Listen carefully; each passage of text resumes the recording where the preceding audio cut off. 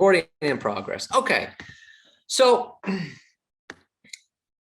Mike Ferry talks about a number of times, usually at least once at any retreat, talks about Jack Welch. Jack Welch was amongst other things, the CEO of GE for a number of years. Now, GE is one of the largest companies in the world. He was the CEO of that. And by many accounts, according to many other books written by CEOs or high-end executives, a lot of people reference Jack Welch as kind of the best of the best of a business CEO. And Mike Ferry talks about him all the time in that particular way. So he has a number of books that he wrote or co-wrote. One of the books that he wrote is a book called Winning. Okay. Now, I highly recommend everybody read the book Winning for a variety of reasons. One, it will help you. There's some things that help with you in your business. But the other thing that you learn from some of these books is about being a good business person. Because there's parts in the books about staffing, there's parts in the books about doing evaluations and all these other different things. And you might be thinking, well, that doesn't really apply to me unless I have a big team. But it's business acumen.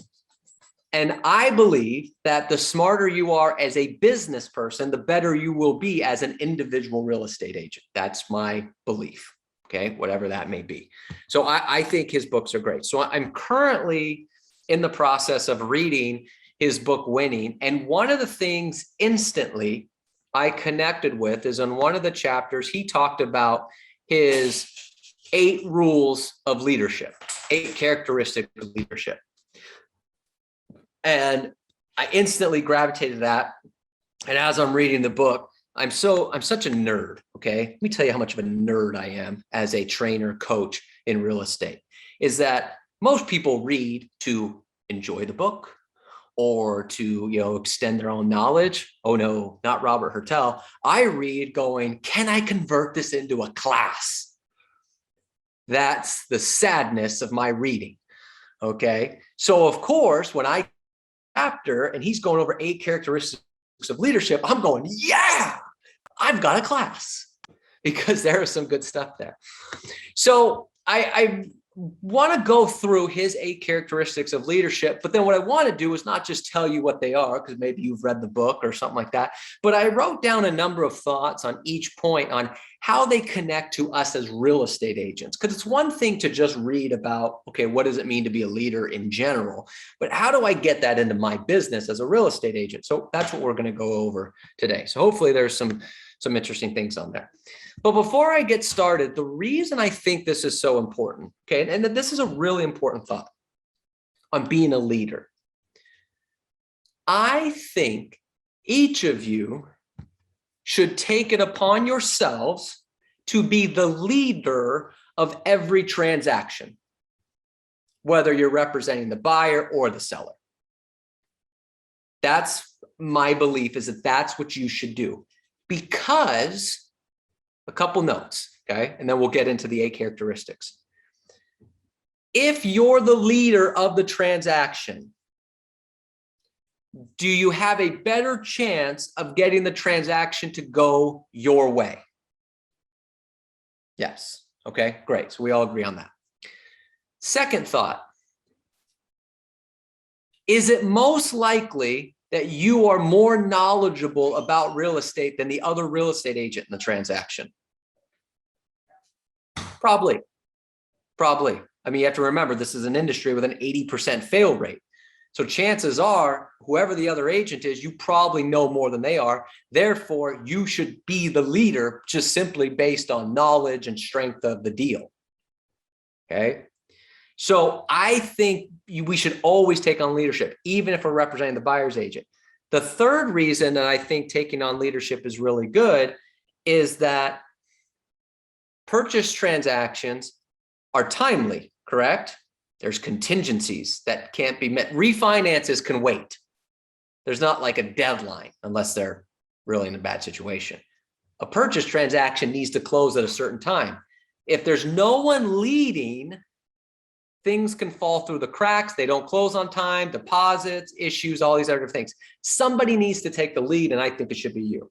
So that's why I think that leadership is certainly a topic that foils right into us as real estate agents, whether you run a team or not. Okay, so let's jump into this. 8 characteristics of leadership. So I don't know if he has them written in any particular order for a reason, but let's just go over the order that he writes them.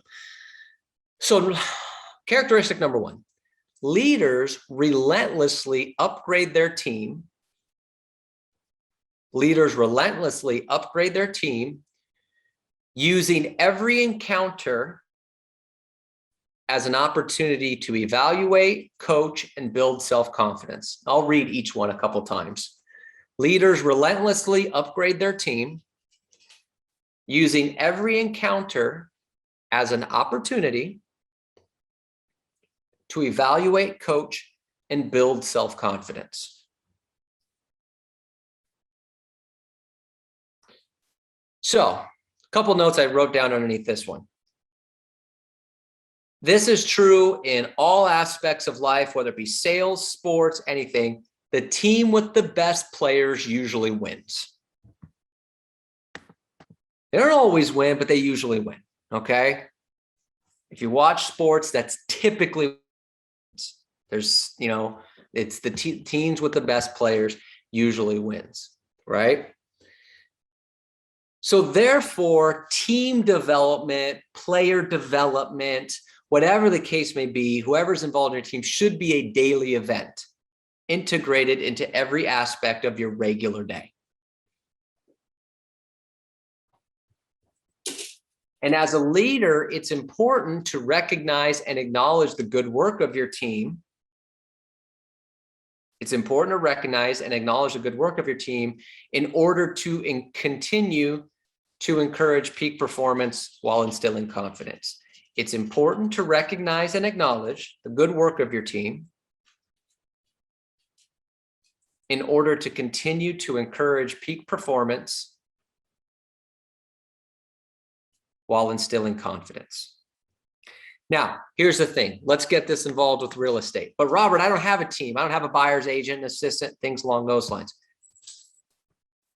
I want you to, if you don't already know this, I want you to write this down. I have a team because I'm based in wherever, I think most people here are based in escrow states, because I know there's some people out of state. There might be, I don't know if Alexis is here right now. Alexis is in New York. New York is not an escrow state.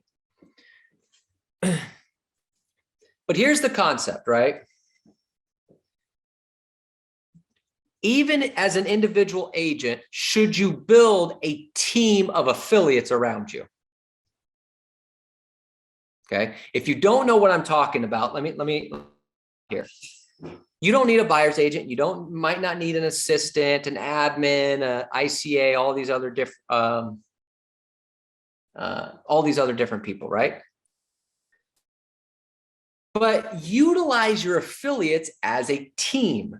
Your title rep is part of your team. Your escrow officer, your lender, your insurance agent, your home inspector, all these people are a part of your team, okay? So first of all, number one, you should make sure you have a team around you. Do you have a go-to title person, a go-to escrow person, a go-to transaction coordinator, a lender? Do you have go-tos? If you don't have a go-to, find one. If you don't know who to find, contact me. I can refer people to you, but have a go-to of your team.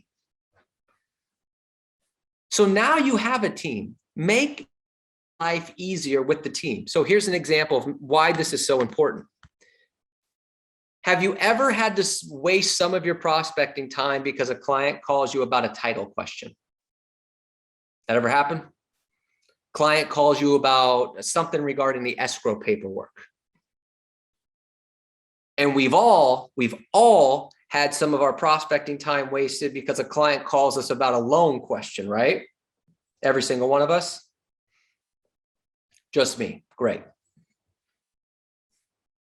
It's me and 25 liars. Or it's me and one liar and only one other person is paying attention. All the above could be true. When you build the team around you, you then introduce them to all of your clients when they become leads. So then they call them. So your client has a question about the loan. They're not calling you, they're calling the lender. That's a part of your team.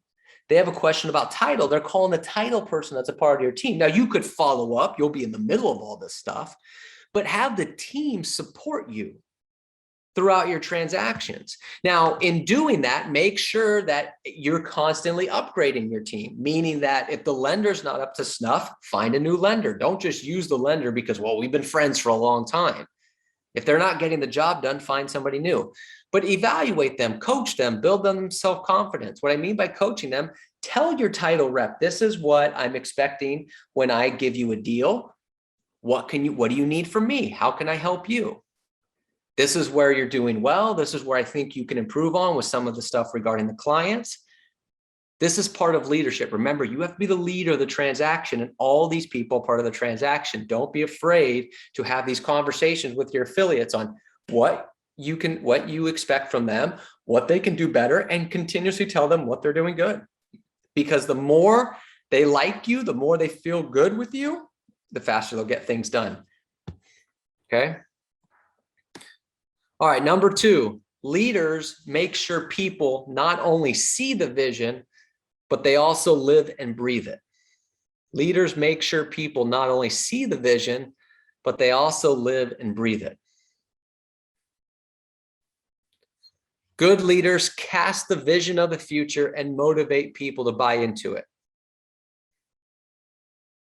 They constantly talk about their vision and reinforce it with rewards, which may be in the form of a salary, bonus, or significant recognition of some sort. Here's an important line. Even without rewards, just sharing your vision as a leader can in itself bring about the motivation your team needs to accomplish the most difficult of assignments. Okay? So here's what I mean. Once you've now gathered your team, does everybody here have goals for what they want to accomplish in the next 12 months in real estate? Hello? Am I talking to myself? Help me. Yes. Thank you. Every so often, just give me a little sign. Okay. All right. Share them with your title rep, with your escrow officer, with your lender. Take them aside and say, hey, look, my goal here over the next 12 months is I want to do a listing a month. Now, in order for me to do a listing a month, this is what I'm going to accomplish, and this is what I'm going to need from you, and you're going to be a part of this. So now they feel like they're a part of something. They're encouraging you. You're encouraging them. They get a deal. They're like, all right, way to go, Robert. That's the listing for the month. Let's go. You have this whole camaraderie around things. But when you don't let the team buy into it, when you don't have the representatives buy into it, then it's just, you're just doing a deal every so often. There's no camaraderie to it. Which means they're not really encouraged to help you. They're not really encouraged to hold you accountable. It's not as much fun for them. Your escrow officer and title reps and lenders will never tell you this, but the truth is they get more excited depending on whose deal comes in. Because if they know that someone has a goal and they've shared that escrow officer with part of the goal and they see a deal come in, they get much more excited, which means they want to work more on that deal. Now, if you actually have a team, if you have a buyer's agent, if you have an admin, an assistant of some sort, you have to get them involved with your goals. They have to know what the goal of the team is, what the culture of the team is, what we're trying to accomplish. That's what drives people to feel like they're a part of something. That's what good leadership is. When you exclude people saying, well, this is my goal, they don't really care. Don't ever assume that. Bring them along. Make it a journey for everybody. Number 3, leaders get into everyone's skin, exuding positive energy and optimism. Leaders get into everyone's skin, exuding positive energy and optimism. So, in a nutshell, leaders are not negative. They're not negative. They don't buy into the negativity. They don't transfer the negativity to their team.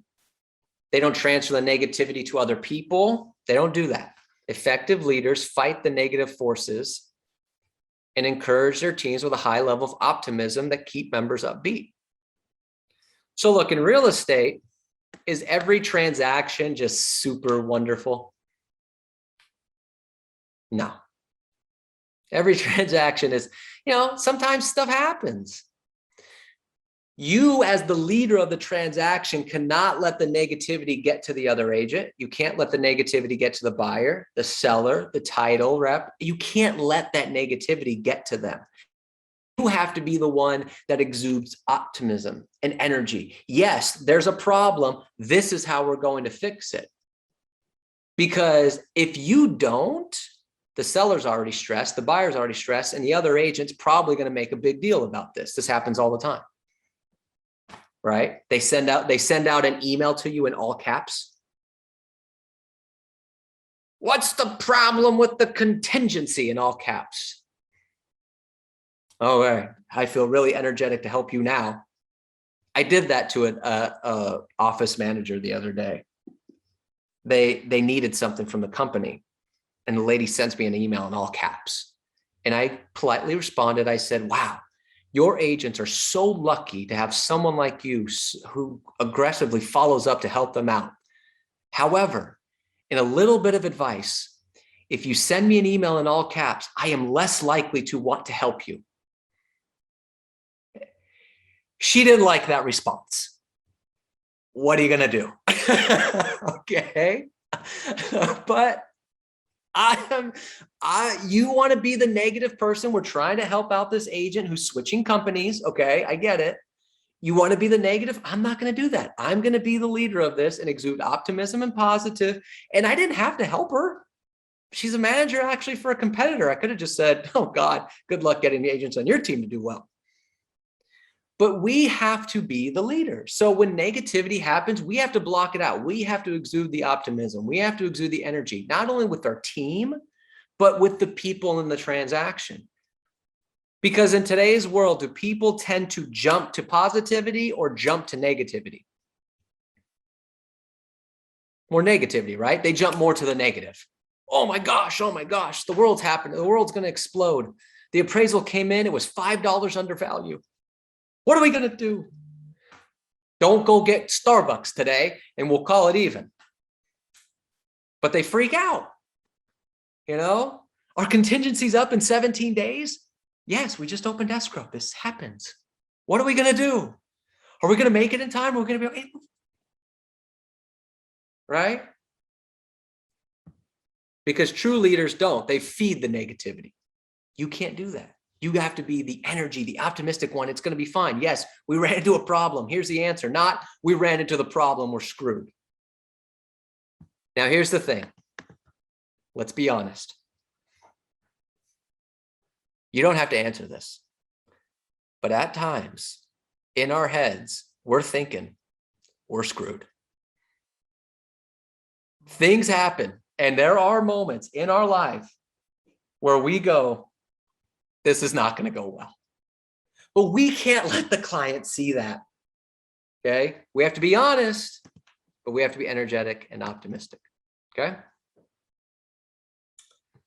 All right, I wrote down here, number 4, leaders establish trust with candor, transparency, and credit.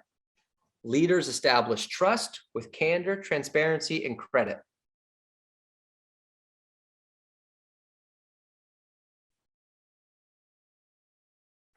Okay. Now, one of the things Jack Welch talks about here is he says trust happens when leaders are transparent, candid, and keep their word. He talked about a situation where there was leaders of a company that were keeping information that could benefit their direct reports in performance of their duties. And that just drains the team, right? They're not getting all the information. So you're not being candid with them. If things aren't going good, you need to tell them that things aren't going good but where they can improve. So if you have an assistant, if you have a buyer's agent and they're not performing, you need to let them know they're not performing. Otherwise, when it comes time to let them go, they're shocked. Oh, I thought everything was going good. We've never had any, you've never told me about how I'm not doing this good. It's just all of a sudden, you know what, you're not doing a good job, you're leaving. But if you had told them along the way, hey, I need you to work on this, I need you to work on this, and then they don't do it, then it's not a shock, right?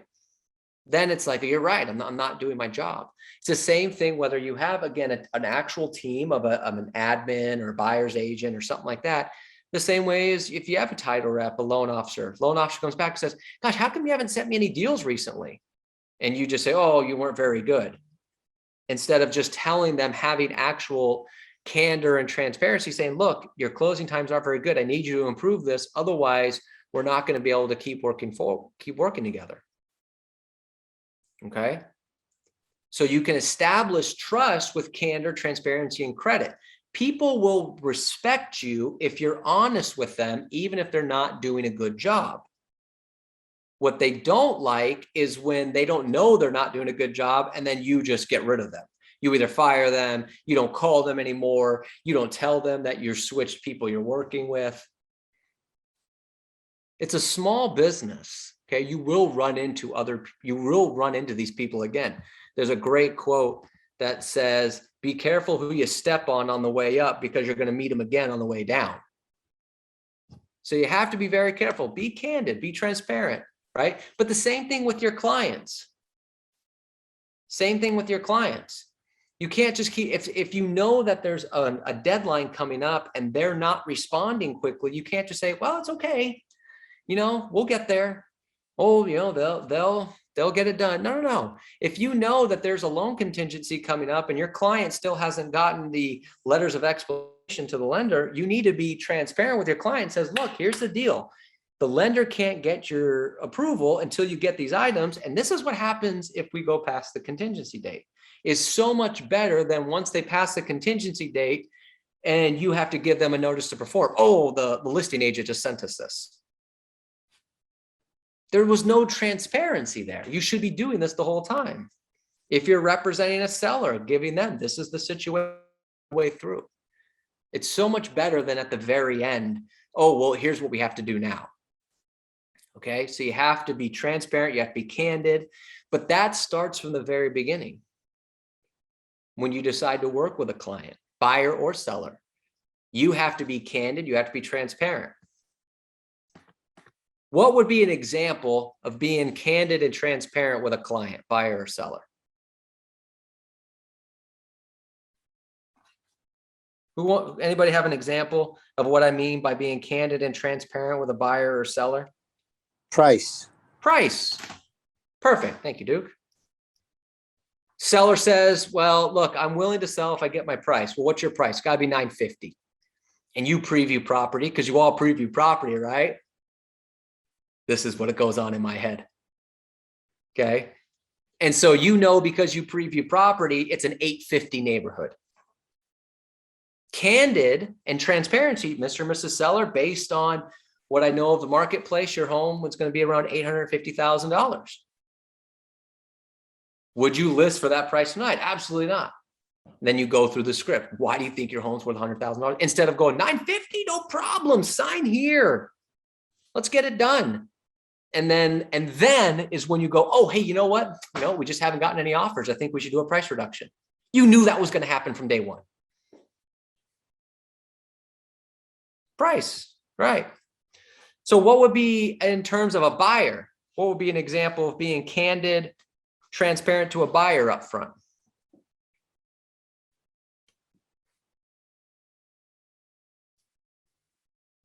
I'll give you an example.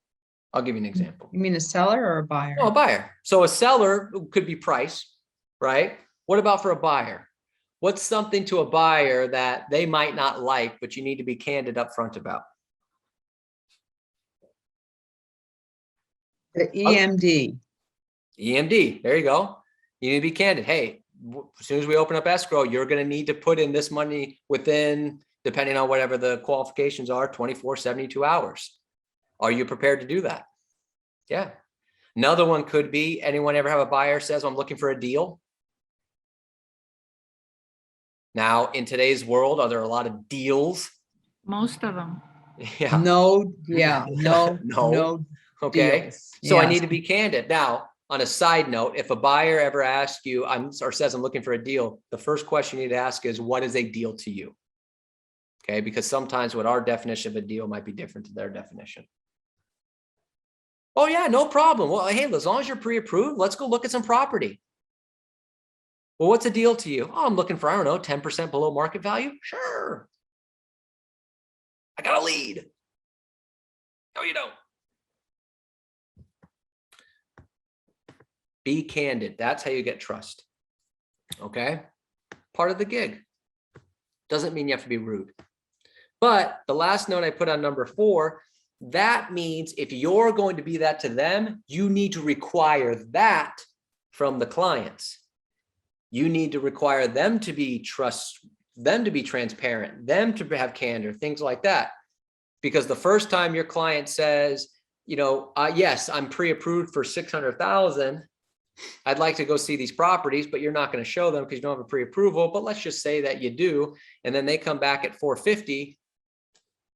You got a problem. They say, yes, I can buy. I'm the only decision maker. Then it turns out that dad is also a decision maker. They're not being transparent with you. You need to require that from them too. All right. Number 5, leaders have the courage to make unpopular decisions and gut calls. Leaders have the courage to make unpopular decisions and gut calls.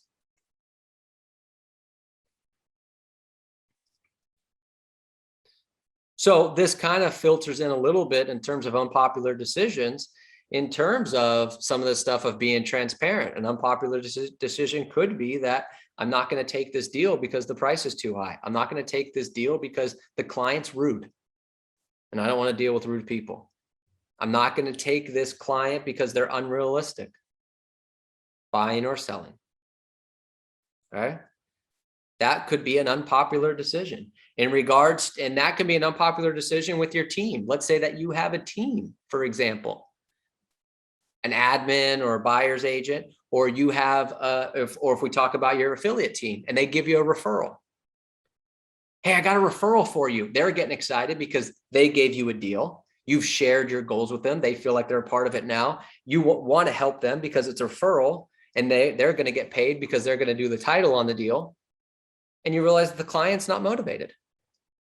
An unpopular decision is to say, look, I appreciate the referral, but right now they're not motivated and I need to go focus on more motivated people. That's an unpopular decision, because a lot of people would say, oh, well, I got to try to at least work it. It's a referral from my title rep. But if you're upfront and transparent, then you don't have to work it. But that could be an unpopular decision. Okay. Unpopular decision, could be based on if you actually had a team and, they want, your buyer's agent wants to start doing listings. You might tell them no, depending on your team situation. That might not be a popular decision, because then you might risk them leaving.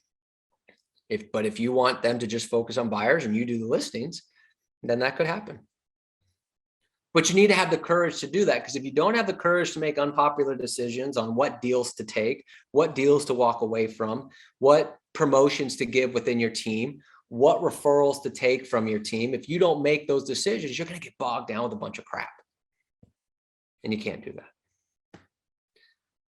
All right, number 6, leaders probe and push with a curiosity.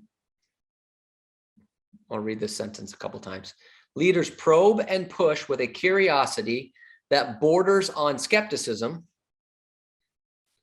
making sure their questions are answered with action. So I'll read that again. Leaders probe and push with a curiosity that borders on skepticism, making sure their questions are answered with action.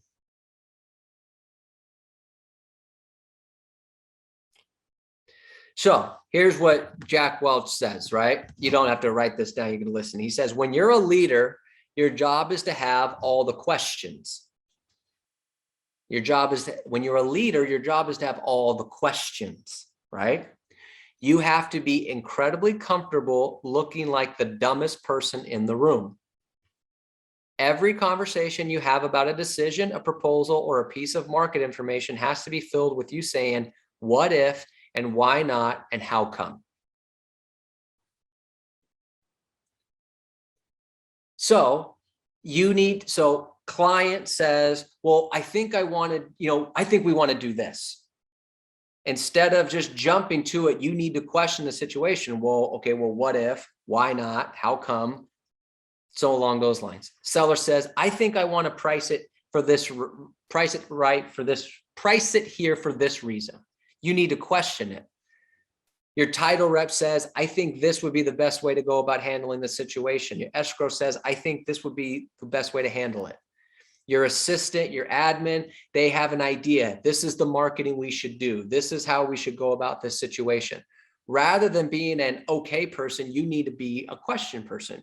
You need to ask, what if, why not, how come? Help me out with the data. I just ran into this situation this morning. We had one of our admin called and said, they wanted to do something for one of the agents. And I said, well, why are we doing it that way? Well, and it was because they asked for it. And I understand they asked for it, but why are we doing it that way? That seems like a lot of work, more money. Why not this way? And it's not because I wasn't open to doing it their way. Sometimes you just have to expand the thinking of, well, let's not be so narrow-minded. Like, what if we looked at it this way? How come we have to do it that way? So it's not challenging as a you're wrong, my way is better. It's more just asking questions as a, let's come up with, can you explain why this is the best way? Why this is the most profitable way to do something? You should do that with your transactions as well. The other agent says, well, maybe we could do it this way. Okay, well, why? Help me out here. Why should we do it this way? All right. It's such a great line when it says, when you're a leader, your job is to have all the questions, not all the answers, all the questions. Let people come up with things, but question them, right? People get better, truthfully. All right, number 7, last 2 points. Number 7, leaders inspire risk-taking and learning by setting the example. Leaders inspire risk-taking and learning by setting the example. Jack Welch says, winning companies embrace risk-taking and learning. Leaders set the example and encourage team members to experiment without being afraid of making mistakes. Experimentation is a major key to growth. Make sure your team feels confident in making mistakes. I want you to write this down, underline it, highlight it, put it in bold, all caps, right? Nobody's perfect. It amazes me sometimes when people have a title rep that they've used for 100 transactions and then they screw up a deal and go, oh, I need a new title rep. Because they made an error? Could you imagine if your clients said the same thing about you? Because you're not perfect on every deal, every call. That's not a shot at you. Nobody is. You need to allow people to make mistakes as long as those mistakes come from people trying to do the right thing or get better. Your lender comes up to you and says, hey, look, I want to help you do this open house. And I think if I do this while you're doing that, I think it's going to go really well. Okay, sure. Let's try it. Let's experiment with it. And it turns out to be a disaster. They don't like that your lender's qualifying people on the spot. They don't like it. You tried. You have to encourage them to come up with ideas. If you have an admin on your team and they have an idea, why don't you try this? You have to encourage people to come up with ideas. It might not work. Okay, but it might work. But you have to encourage people to take risks, go out there, right? You have a buyer's agent that wants to go do some social media stuff, and that's not a big thing for you, but like, hey, go nuts. But you have to set the example, but you have to take some risk. You have to get out of your comfort zone. See, you can't be a leader if you're not willing to expand. You can't push people to be better if you're not comfortable getting a higher price point or going into a different market or learning the scripts or going after a different source. So you have to set the example by being the one that's willing to expand and grow. And if you do that, people will follow you that way. But you have to encourage them to do that. You can't just be so hard on people on your team, whether it be an actual team or your affiliate team. You have to allow them to make mistakes as long as they're trying to get better and do the right thing. Now, if they keep making the same mistake over and over, even after you've, in earlier points, you've had conversations with them about getting them better and improvement, then you find somebody new. But having somebody make one mistake is crazy to just get rid of them if they've done a good job and they're buying into your program. You have to allow them to try some things. A lender says to you, hey, look, I don't know if we can get this improved, but I think if we try it this way, we have a shot. Let him go. Let him see if he can make it work. And if it doesn't make it work, you can't go, idiot, fired.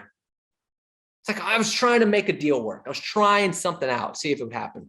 You have to let people risk, take, do big things. It's how we get better. It's how we grow. All right, last point here. You all are going to love the last point. You're going to love the last point. Okay. Number 8, leaders celebrate. Woo-hoo. All right. Thought I'd get a better reaction, but Duke's excited. Leaders celebrate. All right. Jack Welch says, celebrating makes people feel like winners and creates an atmosphere of recognition and positive energy. Right. He says, far too many leaders believe celebrating small victories leads to complacency. Nothing could be further from the truth. You need to recognize your wins and you need to celebrate when you accomplish them. We had one of our agents, I was in one of our offices the other day and I was talking to one of our agents and they hit their goal on transactions for the year. And I said, great, what are you going to do for yourself? They said, what do you mean? I said, well, what are you going to buy? What are you going to do? What are you going to go celebrate? I don't know. I don't know what to do. Well, take some money. You hit your goal, take some money, go buy something extravagant. Whatever that may be. Go do something with your money. Okay. Next time I talk to them, oh man, I went and I bought this and I bought that and I got all these other things. My spouse thinks I'm nuts. You know, came home, I had all these bags. I'm like, all right, there you go. You know, but I said, how'd you feel? Like, I felt good. Like, you earned it. You have to celebrate the wins. Otherwise, this gets boring. This gets hard to just be beat up day after day. No. To then get a deal, not celebrate it, to then just go back to no. Oh, come on. Now, I'm not telling anyone to do anything financially irresponsible. Okay. I don't want any calls to. I lost all my money on black. I didn't say that. Okay. I went to Vegas. Broke. Robert said celebrate. But you have to enjoy the moment. You have to enjoy the wins. But here's the thing, it's the little wins. Well, I'm not going to celebrate until I get my 30 transactions. Okay. What was your goal this week? I wanted to get an appointment. Good. Go celebrate that you got the appointment. Now, maybe it's not spending a bunch of money, but maybe it's going out to a dinner. Maybe it's going to get ice cream. Maybe it's whatever it is. You have to celebrate the small ones just as much as the big ones. I wrote this down. Nobody said this can't be fun. You have to enjoy yourself. You're not digging ditches. You know what I mean? This is a hard business. It's tough. But we dress up and go show homes. Like, celebrate because you have the ability to. You have the energy and things like that. This isn't a job that's taxing your body where you can't celebrate because you're just beaten up at the end of the day. Enjoy it. Have some fun. So look, those are the 8 characteristics of leadership according to Jack Welch, who was like the leader of the leader. So, and there's a couple ideas on how to relate those to real estate. So hopefully there was 1 or 2 things in there that were impactful for you that can help you move forward a little bit. But as I said at the very beginning, to put a bow on all of this, you have to take on the mindset of being a leader for your individual business, for the team that you set up around you, whether it's an actual team, an admin, buyer's agent, or a team of affiliates. You have to do that. And you have to take on the role of the leadership on lead in every transaction. That's going to make your business a lot better. That's going to make you more profitable. That's just going to make everything a lot better. What's Questions the name on of the anything book, we read? Robert? What's that? What's the name of the book? It's called Winning by Jack Welch. It's a book that is, it's not like a total sales book where it's all about salespeople. It's a lot about running a small business and things like that. But he does get into sales tactics as well. But I really believe that the smarter we are as business people, the better real estate agents we become, even if he talks about things that aren't necessarily relevant to our particular business. There you go. All right, everybody, that's all I got for today. So I have Armin doing open